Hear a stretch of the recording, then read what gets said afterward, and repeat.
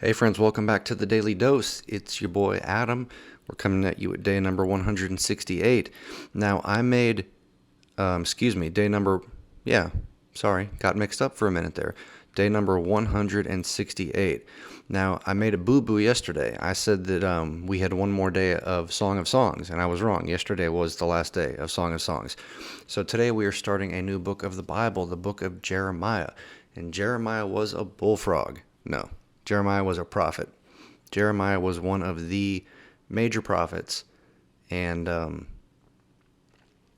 we're going to be looking at chapters 1 through 3 today, okay? We also have Psalm number 13, and as is our custom, we have got a video down below, link in the description, that will walk you through some introductory information about this book. It'll kind of familiarize you with what to expect and some of the major themes of the book of Jeremiah. So what we've got starting off in chapter 1, we look at a section that talks about the call of Jeremiah, right? And I'm just going to read a few of these verses and comment along the way. The word of the Lord came to me, and this is presumably Jeremiah speaking. The word of the Lord came to me saying, before I formed you in the womb, I knew you. Notice that. God is saying a couple things here. God is saying that he is the one that formed Jeremiah in the womb, right? Even though we think of it as being a biological process, right? Getting pregnant. God says that he forms us in the womb, right? And then it says, I knew you, right? So before God formed Jeremiah, and I think the same thing applies for us, before God formed us in the womb, he knew us. Then it says, before you were born, I set you apart. It speaks of God's sovereignty, right? And God's providence. To me, what I think about when I read that is kind of like with dominoes, right? You can set dominoes up when you're doing a domino course and you're going to knock them over. You can set up dominoes, and you can make a very intricate path and intricate pattern, and you can go around obstacles, you can go over stuff, you can go under stuff, and then at the very end, you know where that last domino is going to fall because you set up all the dominoes that go before it, right? So assuming that you set up all the dominoes properly, ultimately, by something that you start way over here, there's going to be a trickle effect that ends up accomplishing your goal, which is knocking over that last domino, right? So I think that what God, my interpretation of this is, when God says, before you were born, I set you apart. So God chose him ahead of time. In order to do that, God was going to need to know how all the dominoes were going to fall in order to place Jeremiah in the position that he wanted him to be in, right? So this speaks of God's omniscience. This speaks of God's providence. It speaks of a lot of God's attributes to me. And then it goes on to say, I appointed you as a prophet to the nations, right? So here we read that Jeremiah is going to be a prophet to the nations.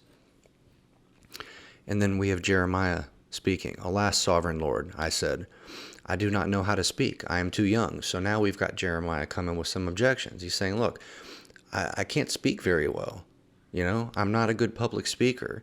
And not only that, I'm too young. Right? So kind of like with Moses, right? Moses said, I'm slow of speech, surely you don't want me to go be a prophet. You don't want me to go represent you, right? We have some similar objections going here.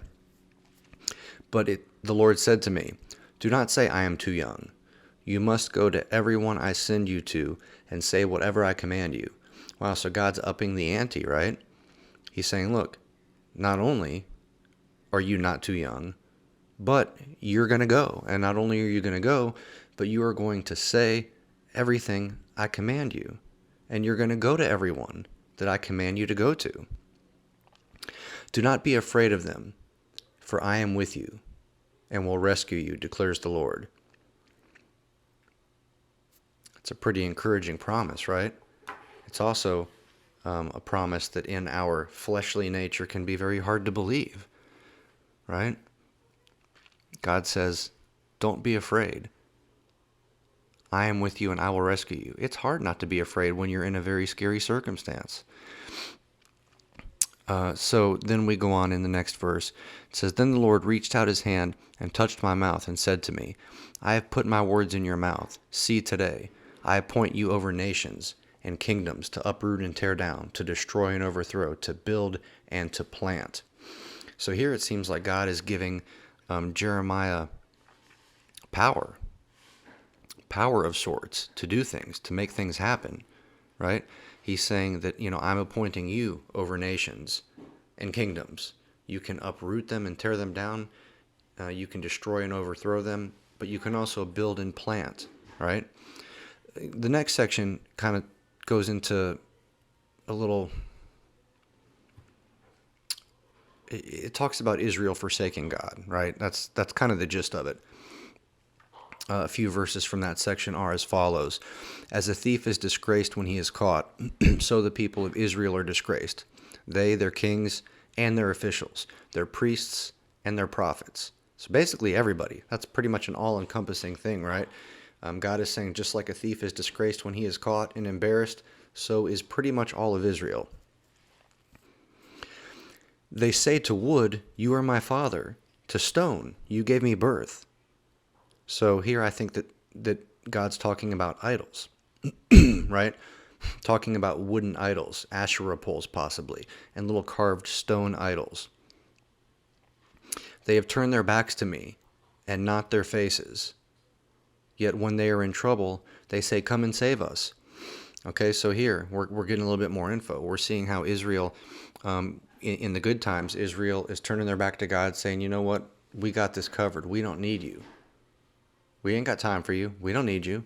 But then as soon as everything goes to heck in a handbasket, they change their tune. And they say, oh, come and save us. We're so sorry, right? And then it goes on to say, where then are the gods you made for yourselves? Let them come and save you when you are in trouble. For you, Judah, have as many gods as you have towns. That's quite a bit. That's quite a bit of gods. Why do you bring charges against me? You have all rebelled against me, declares the Lord. In vain I punished your people. They did not respond to correction. Your sword has devoured your prophets like a ravenous lion. So we know that, generally speaking, the prophets usually met a pretty bad end. They normally ended up getting killed in some way, shape, or form by the people. So the last section in the scripture for today is about Israel and her unfaithfulness. Okay, so kind of similar to the last section. The last section was about Israel forsaking God, and now this speaks more of just the general unfaithfulness of Israel. So this says, during the reign of King Josiah, the Lord said to me, have you seen what faithless Israel has done? She has gone up on every high hill. And in regards to the high hills, I think that they're speaking of like putting up a high place, some sort of a shrine or place of worship for idols, false gods, Asherah poles possibly, putting up altars for pagan type sacrifices. It says she has gone up on every high hill and under every spreading tree and has committed adultery there.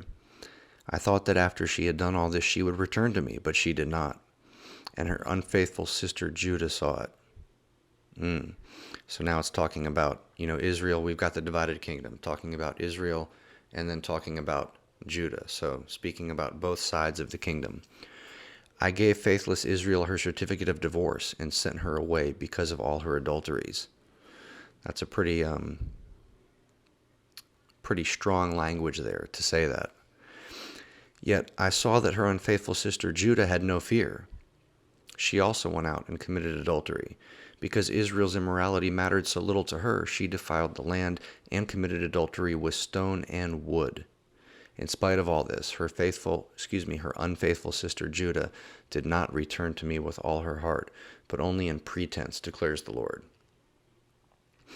So that's just a little bit of a look at what we've got going on in the scripture for today. So I would encourage you to read Jeremiah 1 through 3 all the way through, And don't forget that psalm that slid in there, Psalm number 13.